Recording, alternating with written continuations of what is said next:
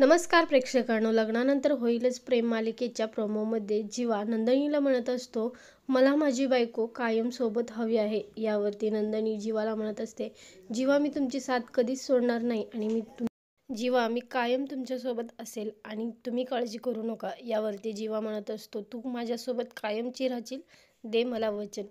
माननीच्या मनातलं संशयाचं भूत मात्र जात नाही. माननी अनिशाला फोन लावते आणि म्हणत असते, तू इतकं छान गुलाब काव्याला दिलेस त्याबद्दल तुला थँक्स बोलण्यासाठी मी फोन केला आहे.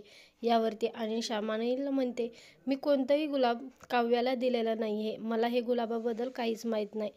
आता माननीचा संशय मात्र फार वाढतो आणि ती मनात विचार करायला लागते. अनिशा म्हणते, मी काव्याला गुलाब दिला नाही आणि काव्या म्हणते, अनिशाने मला गुलाब दिले. मग हे नेमकं गुलाब दिले तरी कोणी? ह्याचा अर्थ हे गुलाब काव्याच्या बॉयफ्रेंडने तिला दिलं नसेल ना, असा प्रश्न तिच्या मनामध्ये उभारलेला आहे.